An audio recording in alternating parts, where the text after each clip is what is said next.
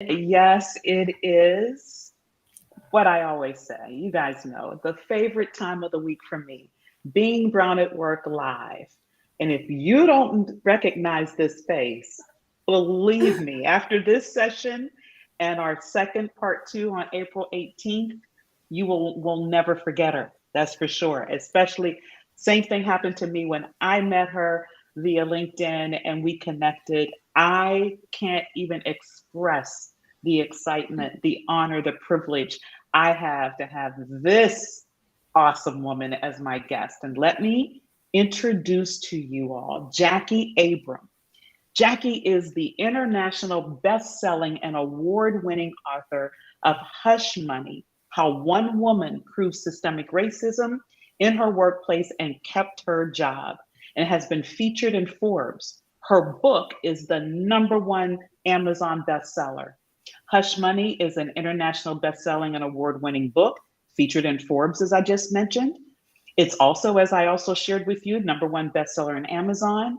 It's #1 best eye-opening African American women's fiction on Goodreads Listopia. It's #1 in books to improve social justice awareness on racism on Goodreads Listopia. And it's the recipient of the reader's favorite gold medal for social issues novels. I mean, come on, seriously. Hush Money isn't just another book about systemic racism. For employees, it's a roadmap for fighting back against racism in the workplace and not walking away empty handed. And for employers, it's a compass for identifying covert racism because you can't fight what you can't see. And so, as I said, I am honored, Jacquie, to welcome you to Being Brown at Work Live. Welcome. Thank you so much for inviting me. I've been looking forward to this for a couple of weeks now. Yes, I know. Like I mentioned when we opened, you were just so warm and gracious when I found you on LinkedIn. And then I did not hesitate, everyone. Don't hesitate. Buy the books. They are page turners. I'm telling you, once you start with book one, you will not be able to wait to get to book two. And she's got some good news for you that we're going to share in part two, which is why you got to join us on April 18th. But the reason why I felt it so important to have Jacquie as a guest is I said, when I delved into the book, I saw somewhat, I'm not going to say at all that I can say that I had her journey because all of our journeys are different. But I immediately connected. I found myself in tears. I found myself having to put it down a couple of times and saying, okay, wait, did I just read that? Realizing that this person's lived experience, as tragic as it was, she had the courage to document it for us, for Black and Brown women, for Black and Brown men, which is why I had to have her as a guest. So Jacquie, if you would, kick us off. I mean, let's just start from the beginning. Okay. Just give us an idea of what it was like to be you back in the days of this experience. Okay. So, Linda, before I became an author and before I was put on the path that I'm on now, I really knew nothing about writing a book. I had no clue, literally. Right. I never wanted to write a book. I didn't know how to write a book. It wasn't something that was ever in my career path. It wasn't something I ever thought about because my background is in finance, okay? I'm a number cruncher. I know how to crunch numbers. I didn't know anything about writing a book. And I had a 6-figure career on the administrative side of higher education. Yeah. And Linda, when I tell you that I was exceptional at my job, let me just put a capital E on that. I was exceptional at my job, okay? And because I was good at it, my job paid me 6 figures, okay? Yes. Yes. And that was important because I'm a single parent, okay? Okay. I'm mom and dad, And so my income was the only income in my family. And Mm. so that six figures was important to me, which is why I approached my job with ambition, with an outstanding mentality and an outstanding way of performing my job. And Yes. so, because of that, Linda, I was always quick to climb that corporate ladder. I Yes. never had a problem getting good jobs once I entered higher education. And I never had a problem climbing that corporate ladder because I was good and I Yeah. made sure I was good, okay? Mm-hmm. But here's what would happen to me, Linda. As I would be climbing that ladder of success based on my skills Yes. and my abilities, someone in the organization would notice me. And it's Mm. really easy to notice a Black woman when she's performing exceptionally well, okay? Yes. But there was another reason that they noticed me, Linda. Back in the day, old girl here was a Janet Jackson look-alike. I was 6 feet Mm. tall. I was my own Wonder Woman. I was an Amazon. I Mm. exuded confidence on the outside, even though on the inside, my confidence was low. I mean, very, very low. Wow. But on Wow. the outside, you couldn't tell. And so I exuded confidence. I'm this tall, Amazon, and I'm good at my job. So it was very easy to notice this Black woman, okay? Yes. But the person who's noticing me is not only in a higher position than mine, Linda, Mm-hmm. but they're also a racist. Mm. And before I knew it, you know, I was being set up, okay? My career was being derailed.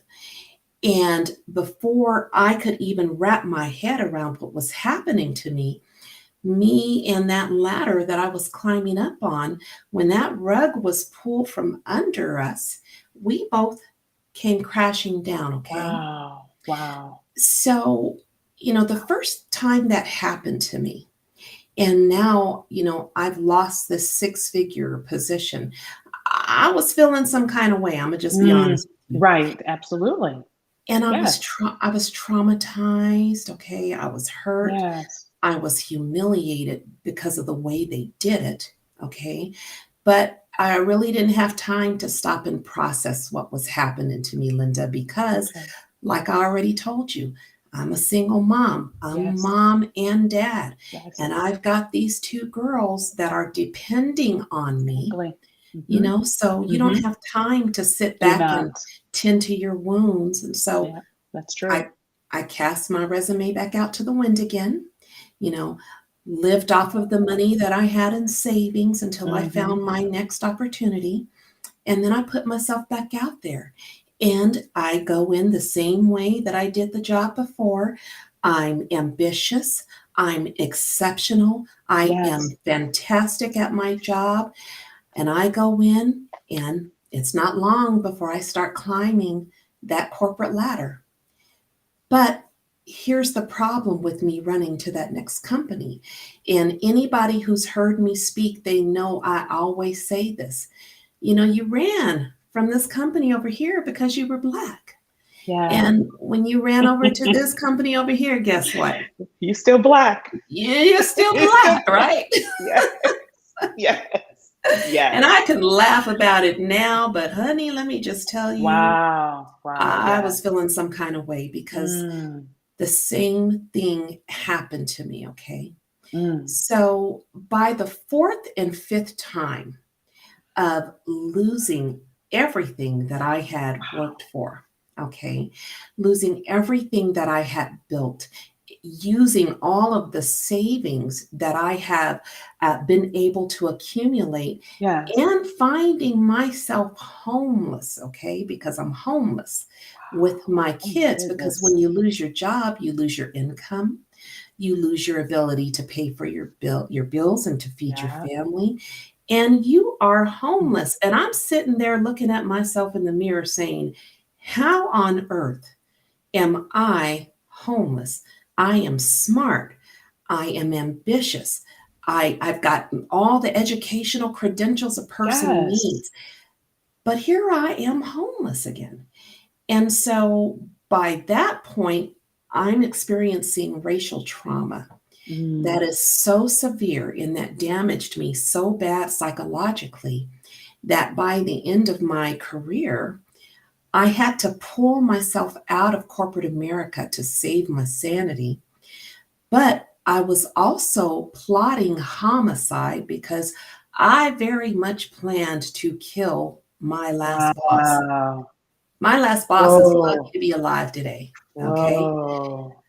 And, Whoa. you have to ask yourself, how did somebody that was so promising and had such Yes. potential Get to that point. get to Yes. that point? Yes. And so it wasn't until I realized that my two girls, because remember, I've got two girls, Yep. and Yep. they're all grown up now, and they have started careers of their own. And while I'm on the verge of planning suicide, okay, Mm-hmm. because I Yeah. was so psychologically damaged, I got a well timed call from my youngest daughter, which I Mm. can only say to this day had to be God intervening. Mm. Because if that call had came in 10 minutes later, Linda, I probably wouldn't be here today. But Wow. it was a well timed call from my daughter. And when I answered that call and she starts screaming hysterically into the phone and crying and Mm. telling me about what these racist people are doing to her, I snapped out of my funk because Yes. it's one thing to target me, but you got a big problem on your hands when you target my Yes. kids. Yes. Yes. Okay. Oh, I can relate. And Yes. and so after realizing that the same thing was happening to my kids, I packed up from California. That's where I was at. Okay. That very day, I packed up, got my cats, moved out of the hotel that I was in, and I came back home to Colorado Mm. to help Mm. my daughter deal with her situation. And Linda, that was really the catalyst of Yes. me realizing that, this is not something that's just happening to me because Yeah. I thought I was the only one dealing with this. Yeah. But now my children are dealing with it too Yes. because I found out my other daughter Oh was my also gosh. experiencing it. Yep. And so that's where hush money came from. You see, here's the deal. Yes, you're traumatized, you're humiliated, you're Yes. hurt, okay? And yes, this kept happening to me repeatedly, but I I can honestly say, Linda, that I knew something that a lot of Mm. our people didn't know about how to fight back.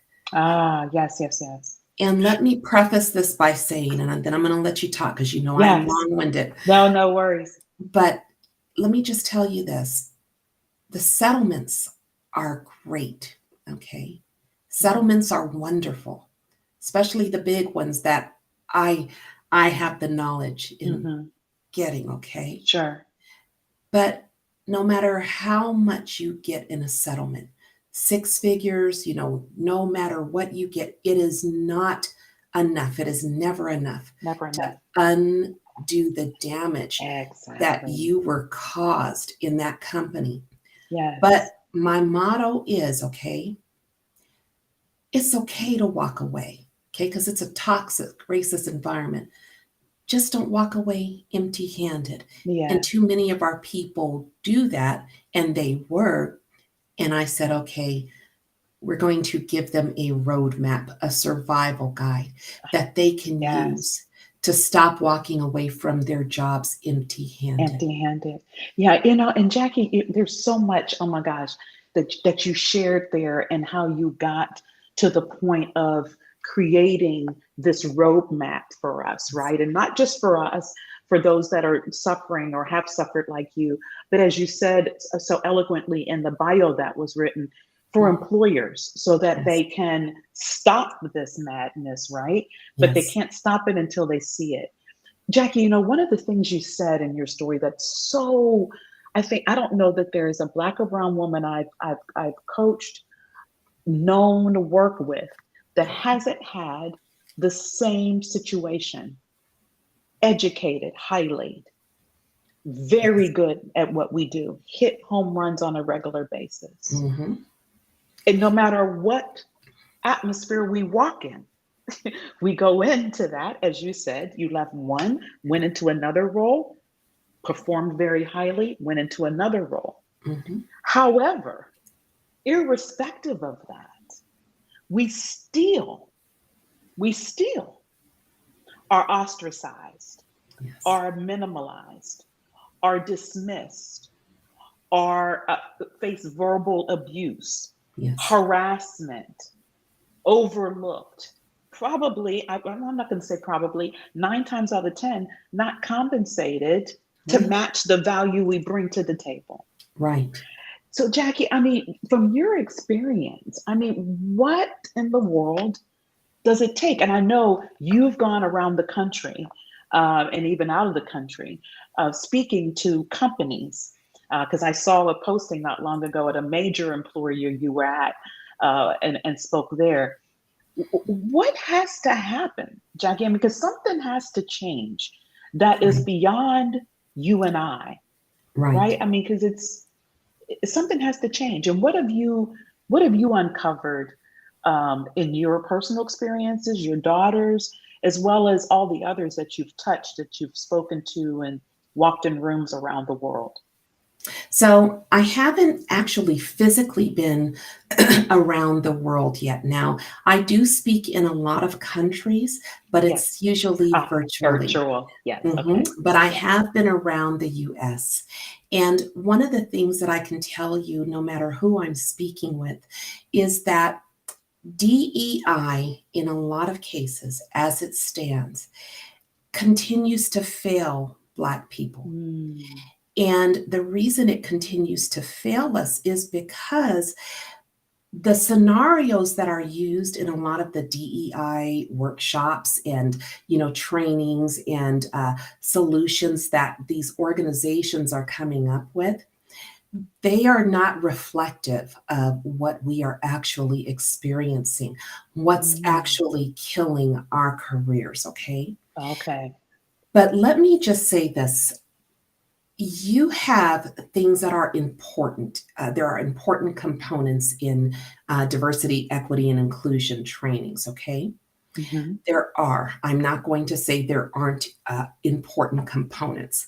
Sure. But when it comes to the racism component, many organizations have completely missed the mark because they focus on things that, yes, let me just say this again.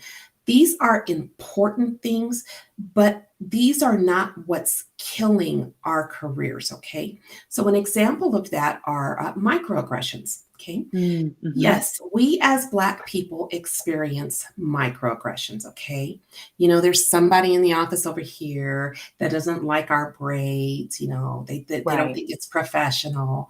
Right. And you got a coworker, down the hall that doesn't like the soul food that you're warming up in the kitchen, okay? Hmm. So you've got these microaggressions, and yes, they're annoying, Hmm. and sometimes they're even painful, Yes. but that's not what kills our careers, okay? What kills our careers is not unconscious, okay? It is Mm. unconscionable, okay? Mm. Because the people that are killing our careers, they are fully aware of what they're doing. Okay. And what's killing our careers is something called covert racism. Mm. It's a hidden form that is harder to prove. You can't see it. You don't know it's there. And when you're experiencing it, you really can't wrap your head around whether or not what you're experiencing is racism or not, because Ah, it doesn't neatly fit into an EEOC bucket of illegal got discrimination. Does it. that make sense? Oh, it makes total sense. It makes total So sense. so one of the just very first out of the gate observations that I made when I started reflecting back on my career, the careers of my children, and so many other people, that I looked at, we were all experiencing the same thing because it's a very highly effective form of racism that allows you to target the person, accomplish your goal, but do it in a way that they can barely prove. Does that make Mm. sense? Hmm. And Oh, so yeah. now when organizations reach out to me, okay, and they invite me to come and talk to their leadership teams, they're asking me to come in because they know that I'm going to give it to them straight, Straight. no Hmm. chaser, Hmm. and I'm going to help them see what up to this point they haven't been able to see because Yes. they're looking at things on the surface. Hmm. Hmm. I'm taking them underneath to see what's Yes. hidden below the surface. Yes. And And that's what's very difficult. And, though it's difficult, one, because most companies really want to stay away from that level of depth of understanding, right, right? I mean, how uncomfortable is that? right, And then what do you do with it once you uncover it, right? right. So I mean, kudos to those companies who have reached out to you to really Mhm. peel that onion back, because that's what Yes. it takes. That's what it takes. It takes Mhm. that type of courageousness to have a Jacquie Abram come in and help you to see. So I love that part of your bio. Help you to truly see Yeah. what has been invisible Mhm. Yes. for years. It's Yes. truly visible, but invisible at the same time. So That's right. yeah, that's phenomenal, Jacquie. Continue. Go ahead. So, covert racism is a term that many organizations that reach out to me or that I work with or I do keynotes or I do a workshop with, Yeah. they're not really familiar with that term because, like I Right. said, in many of the DEI trainings, it's not a term you really ever hear. Mm-hmm. And so the first thing that I do is help them understand what covert racism looks like. And, it's interesting to be able to point out to them and say there are dozens of different types of covert racism that all work together to achieve an ultimate goal. Okay. Mm-hmm. So, one of the ways that this works, let me just kind of take you through a Okay. situation. Okay. Appreciate that. In organizations where you have someone in a higher position who is in a position of power, influence, and Mm-hmm. authority, this person is now targeting you, okay? Mm-hmm. Because they fundamentally, at their core, do not believe that you deserve the position that you hold, whatever that Mm-hmm. position is, okay? Okay. So they begin to target you, but they're not targeting you in the same way that they used to do in the past, decades Yes. ago, Yes. where everything was overt and easy to spot. You don't see Yes. people walking into the break rooms and calling you the N word, okay, in Right. public. Yeah. Yeah. Right. Right. You don't see people, excluding all of the Black people from, Right. conferences and meetings. Now, Yeah. these things happen, okay? Right. But it's very rare Yes. because modern day racism, like I said, has morphed. Yes. When these things happen up here on the surface level, these rare things that you really don't see anymore, Mm-hmm. if somebody were to walk into the break room and call someone the N word, anybody in earshot of that, out of those people, somebody's going to say that's not acceptable. They're Exactly. going to call it out immediately. Right. They're going to say it's unacceptable. Right. But with covert racism, all of this stuff is happening in front of everybody. Everybody sees it, Mhm. but nobody calls it out because Right. it's socially acceptable. They Accepted. can't they can't tell, Yes. they Yes. can't tell. Yes. So let me just paint a picture for you. So Okay. going back to this leader who's targeting you, and he's got power and influence and authority.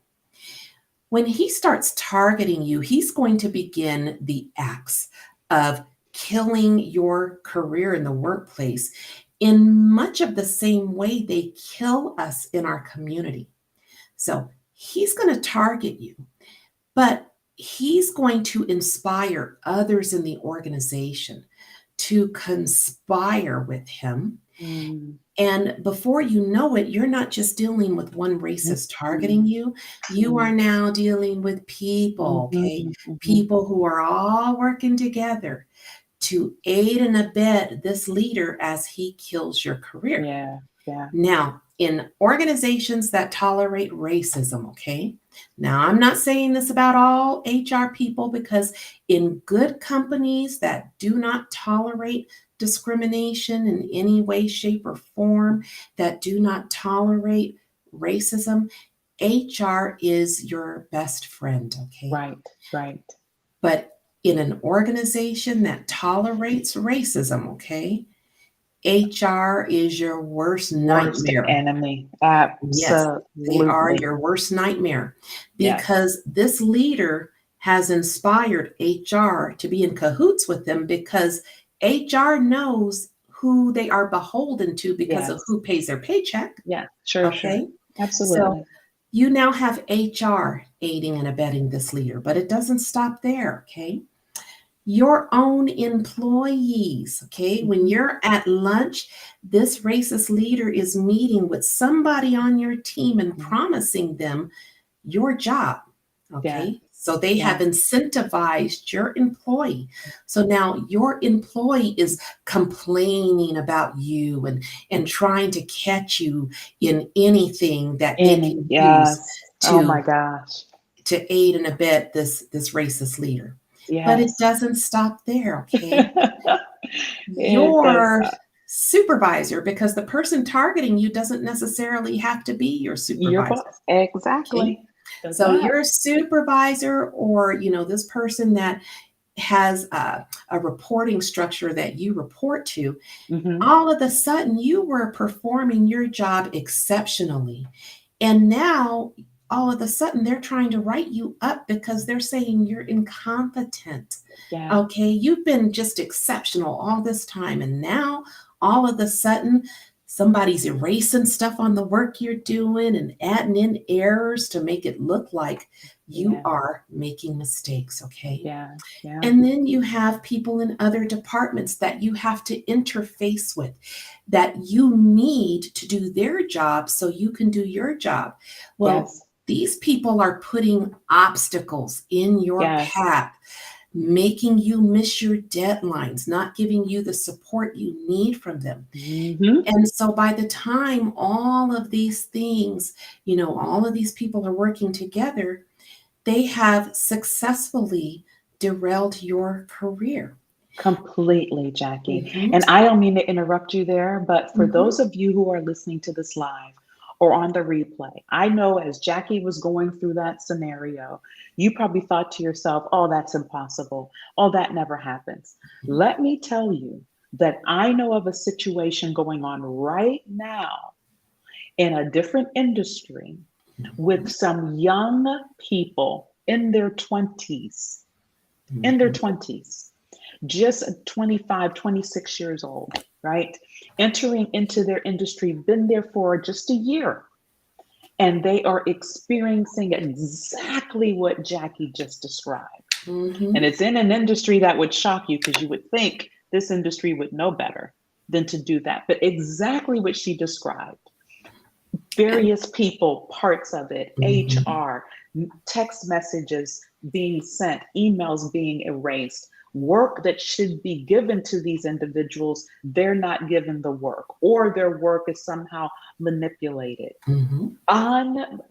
It's 2023, Right, everyone, and right. it's happening today. So I just need you all to know that we're not having this session just because, oh, here we are again talking about racism. Are we ever talk? It really can't be that bad. It doesn't happen like that anymore. It's not the 60s. It's not the 1800s. Oh, clearly, we know it's not, but it's Yes. still happening today at the level that Jackie just described. And let me give you Absolutely. some examples. So now you've got all these people who are working together to put obstacles in your path. So now let's talk a little bit about what the covert racism piece looks and feels like now that you have all these people who are Yes. working together, okay? So, one way that covert racism works is with something that I call the Black workhorse, okay? So, Mm. the Black workhorse works if you are a new employee coming Mm-hmm. into a new organization, or if you are an employee who is seasoned, you've been there a while, you have been doing great in your job, and now you've been offered a promotion, Ah, okay? okay. Mm-hmm. Because how many of us get those promotions that we didn't apply for, we didn't even know we were getting, and all of a sudden they're offering you a promotion, okay? Now, you've got this promotion, okay? In either of these cases, you're going to get a new job description, okay? For the new job you're going to be doing because you're promoted, or the new job you've been hired to do. And with that job description, there's going to be a bulleted list, okay? Yes. That Mm-hmm. says you are responsible for Yeah. completing all of Mm-hmm. these duties. Sure. But there's always another bullet added to the end of all of these job descriptions that says you're going to do all of these duties and all other duties as assigned. Okay. Mm-hmm. So now you're working in your job. But Linda, as the weeks and the months go by, you're starting to notice something. Okay. All right, you're like, uh-huh. So we got all these extra duties from this person that have been added to our plate. Okay. We got Mm-hmm. these extra massive projects that our Mm-hmm. boss was doing that they have now added to our plate. And we've got these extra responsibilities over here that have been added to our Mm. plate. Yes. And before we know it, Linda, our workload is so heavy Yes. that our back is about to break or we fall to our knees because we're not doing the work of just one person anymore. That's right. We Right, right, are right. doing the work of two, three, sometimes four people. Yes. And Yes, yes. we're not getting paid to do all this extra work, Right. okay? Right. Right. But the expectation that we do it is now a part of Is who oh, we are. absolutely. Yes. And they expect us to keep up with this workload because to this racist leader, you can carry a workload that no other human can carry because Mhm. you are dehumanized to this racist leader because you're Understood. Black. Absolutely. You were built for hard labor. Yeah. You can be working harder and stronger and faster because you're not human. You're a Black Yes. workhorse, okay? Yes. Yes. And they're going to get their money's worth out of you by piling this work on your back. This is why you see so many Black people staying late after everybody else has gone home, working Yes. through their lunches, working on holidays, working on weekends. And in my case, I was using my PTO, my vacation time, Time. to Yep. try to keep up with this workload because if you don't, you're at risk of losing this job. And again, we have families, we have Yes. children, we're have not so lives. yeah, Yes. and people say, "Well, why would you stay in a job like that, Linda? Why would you stay?" And all I can say is for me, I've got this job that pays me well. Hmm. Hmm. I don't know that I'm going to be able to get another job that pays me at that level. So I'm not willing to risk it because Sacrifice it. Right. I'm Black over here, okay? Hmm. I'm going to be Black over here, and Yes. at least I've got this income. And Right. so I'm not so willing to walk away from Right. that. And that's Absolutely. why a lot of people stay. And that's why they stay, and they may even have, like you have, Right. responsibility for children. Yes. We do have kids, we have, like you said, families, we have level of responsibilities, we have others. I know I have clients who, their brother, sister, mother, everybody looks up to them, and so they Mhm. feel this sense of obligation. Well, right? yes. Why would you leave that big time job? Why would you do that? So Well, yeah, and see, Linda, the covert racism piece of that, though, is how do you prove? Because you have to prove oh, that sure. this leader willfully and knowingly Yes. put all of these extra duties on you Yes. Yes. Which is because extremely difficult to prove. it's Absolutely. difficult, but not Not impossible. impossible. Exactly, Jackie. Exactly. Not Oh my gosh. impossible. And that's why I'm so glad we're going to wrap this session up because that was a perfect ending point because we don't want to give too much away for part two because this was fabulous. Look, all of you, I can't say this enough. You have got to buy Hush Money. This is the first one, How One Woman Proved Systemic Racism in Her Workplace and Kept Her Job. And then you immediately want to go to part two, Hush Money, The Cost of Being Black in Corporate America. Don't hesitate. Go out to Amazon, buy these books. I'm telling you, you'll read them in one. I mean, you won't be able to stop turning these pages like weren't able to. And then you want to go out and write a comment. Definitely give her some ratings on Amazon. Share how much it touched your heart, how much it helped you and guide you. Put that out there on Amazon as well for her. You don't want to miss part Please. two on April And those 18th. Go ahead, Amazon Jackie. reviews are so important. I'm Yes. a self-published author. I Oh, self-published yes. these. I sold them from the trunk of my car.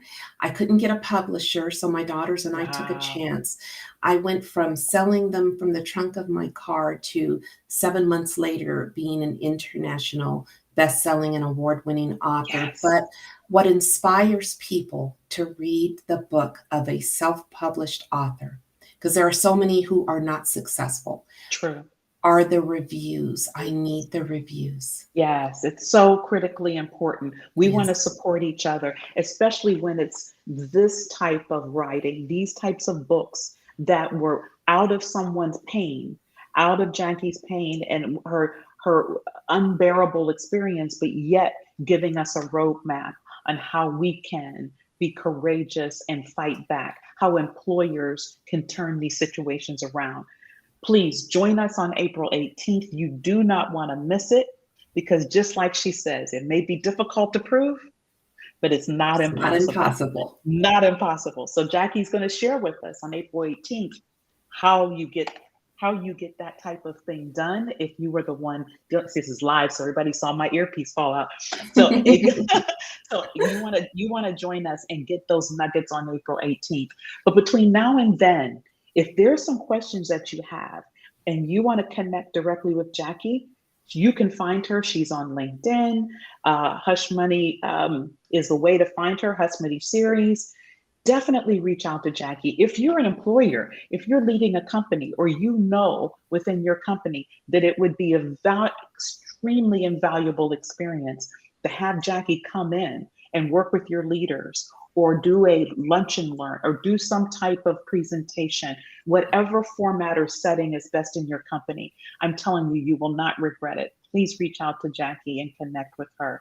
But until then, until next time, I appreciate you all for joining us. Again, April 18th, part two. Thank Jackie, you. it was an extreme pleasure. I can't wait till we connect again. Thank you. I'm looking forward to it.